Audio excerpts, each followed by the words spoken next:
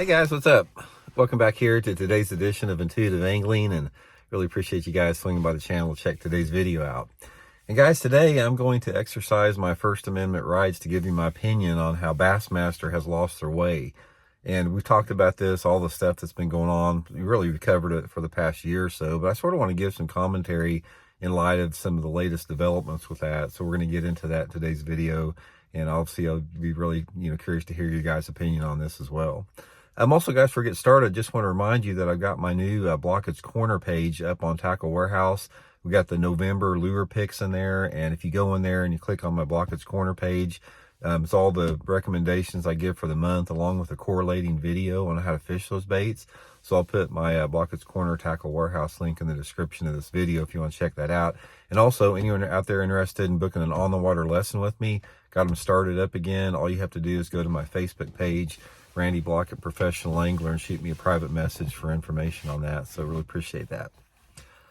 Okay, man, I tell you what, one of the reasons I wanted to do this is that apparently the Elite Series, all the Elite Series pros have independently got together, and they've got a meeting coming up next week down in Alabama, obviously over the debacle that Bassmaster announced last week that they're going to slash the payout for the Elite Series.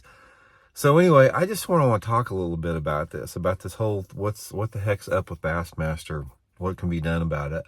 Because I got thinking about it, and I remember, if you guys have been on the channel for a long time, I was really critical of the Elite Series pros, 5 or 6 years ago, or whenever it was, when all of them jumped ship, like 60 of the 100 jumped ship and went over to MLF, including guys, all the stars, Kevin Van Dam, Skeet Reese, everybody, the top anglers out there. And I didn't really understand it because, those guys had made their career with Bassmaster, and then they decided to jump ship. But I got thinking about it in light of all of the latest developments that they've had. Obviously, there's a reason why they left Bass. There's a reason why they left them as far as frustrations. Because if you're happy with an organization and you feel the organization has your best interest and they're running by capable, intelligent people, you got no reason to leave. I mean, you can work within that organization to try to tweak some things that you may be unhappy with, but to have a mass exodus like that over to MLF, regardless of the carrot that they were dangling in front of those guys, that speaks volumes right there. So it sort of, and then after, so I sort of came to that realization after all the bonehead moves that they've made over the past year and a half with Bassmaster, because what you have is you got a group of people over there at the Bassmaster management that don't fit. They don't fish. They don't tournament fish. They're not tournament fishermen, and they're trying to make decisions for tournament anglers out there. And we've seen that, for a lack of a better word, just the incompetence in the decisions that they've made, and the latest one here about this whole slashing the payout. So here's the thing about it. It always, anytime you're having a problem with an organization like this, it always revolves around management decisions and the disconnect that they have from reality. And that's what we've seen in this particular thing, because let's go back, to when this whole thing started, when the whole forward-facing sonar argument. That, you guys hear me talking about that a lot, but you can't underestimate the impact that decision that Bassmaster made not to do anything about forward-facing sonar had on the overall impact, because you've got this overwhelming opposition from the public. You've got the overwhelming opposition from the viewership. You've got the majority of the Bassmaster Elite Series pros that wanted much more stricter limitations put on it. And Bassmaster completely ignored that. They ignored their fans. They ignored their viewers. They ignored the concerns of the sponsors, because, the tackle industry is getting severely impacted by the presence of forward-facing sonar in terms of, the other lure categories aren't selling. So you've had this tremendous blowback by the industry, by the fan base, by the viewers, by the fishermen. And Bassmaster just said pound sand. Obviously, we know what it is. It all has to do with sponsorships from electronic companies. And I highly suspect, and keep me my word on this, guys, I expect before the first of the year that they announced some type of major sponsorship with an electronic company. So the writing's all on the wall with that. It's all about money, and it's about people that don't understand what is the best for the sport. And then the latest thing that they do is they come up with this brilliant thing that they're not going to have entry fees, but they forgot to tell everybody that they're going to cut the payout down to where bass clubs pay more. $500, guys, for 40th place in an Elite Series tournament. $500 if you beat, 110 guys, I think, in the tournament, finish in the top 40, you win $500. That's what the meeting's about next week with the Elite Series Pro. They're not going to put up with that. So you've got this group over there of inept management at Bassmaster that continually make these poor decisions over there, continually. And it makes me sick because as somebody like myself and a lot of guys out there that grew up with Bassmaster, like I said, guys, when I've been a life member of Bassmaster since the mid 1970s. And when I was a little kid in grade school, I wore my Bassmaster patch on my shirt. I had my Bassmaster decal on my little tackle box. I love reading Harry and Charlie in the magazine. And I made a career in Bassmaster. I worked for 4 years to save up enough money mowing lawns to fish my first year of the Bassmaster Invitational. And for somebody like myself that was friends with Ray Scott and had a vested interest and a love for Bassmaster, and to see the ineptness and the just the boneheaded moves that they're making with the organization right now, it is frustrating. And I understand that it's a business, and it's not some type of a publicly owned corporation. They're going to do what they want to do, and so that's the frustrating part about it, is you've got this organization that basically it's the standard bearer for bass fishing. Bassmaster Classic, Ray Scott, they're the ones that started the sport. So it's like I hold them to a whole higher standard, and most people do.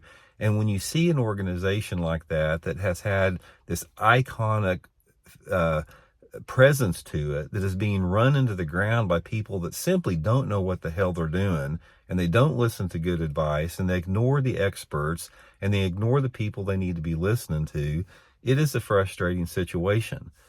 So I don't know, the only thing that's going to change it is when they start hurting financially, because when they finally start hurting financially and it's not a, financially viable business, at that point, they're going to make decisions. It's like Winston Churchill always said, it's like you can always count on people doing the right thing after they've exhausted every other possibility not to. So that's sort of what we're seeing with Bassmaster right now. But I always have this fantasy, guys. It's like one of these days, I'm going to win the lottery. I'm going to win one of those deals where the, Powerball gets up to $1 billion. I'm going to go in there. I'm going to buy Bassmaster.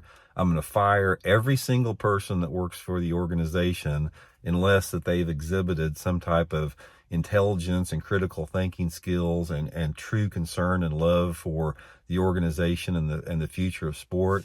Clean house with those goobers over there and fill it with people that are capable and people that have a history in fishing, the people that have a mix of a good business sense, and also they understand the realities of tournament fishing, of conservation needs, of the future sustainability of the sport. They don't kowtow to electronic companies and basically, degrade the tradition and the heritage of the sport simply to get a good sponsorship from an electronic company. And that's what we have over there right now. It's obvious, it's plain as day on the wall.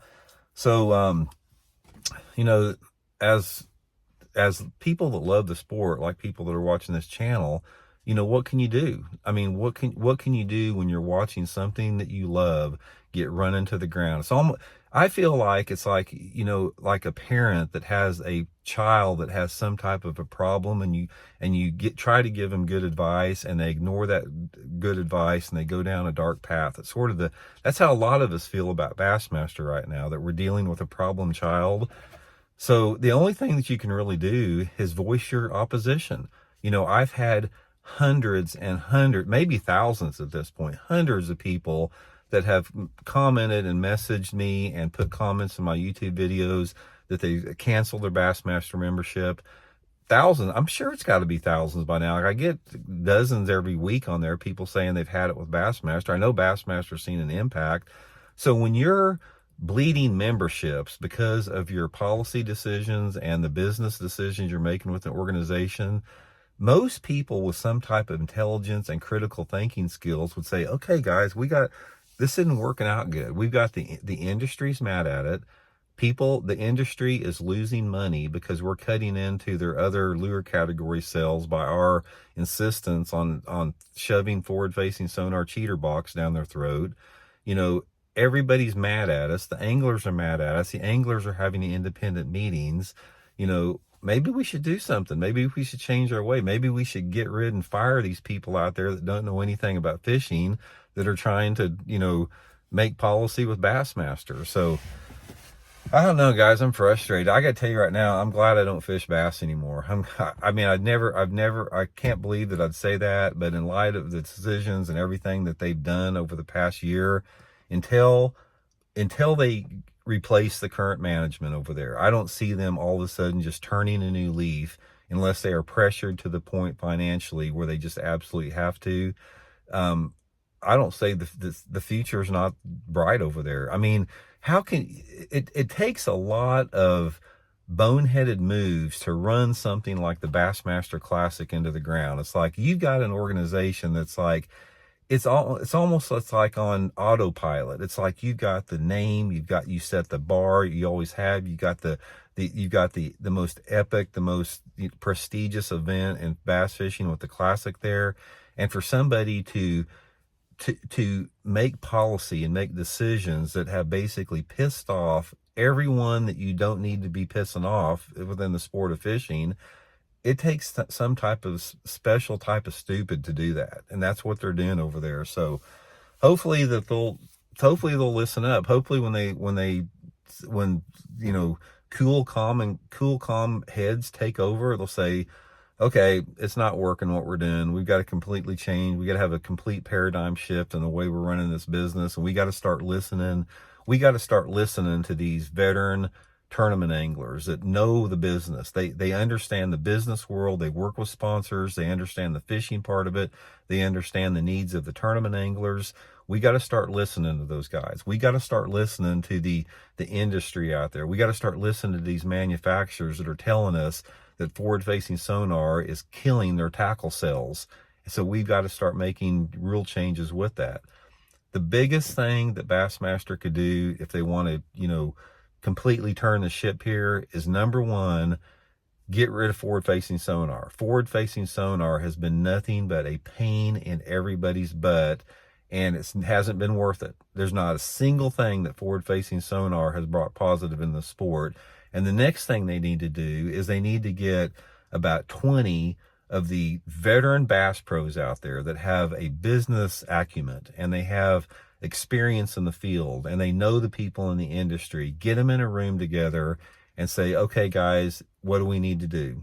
We're all ears. You guys are the experts. You guys live it and breathe it. You guys are connected to everybody out there. Let's turn this ship around, and we're gonna make some amends here because we tried it our way and it's not working. So anyway, guys, let me know what you guys think about it. I'm getting ready to get out here in Lake Wheeler, final practice day here for the Toyota Series Championship, and we'll talk later.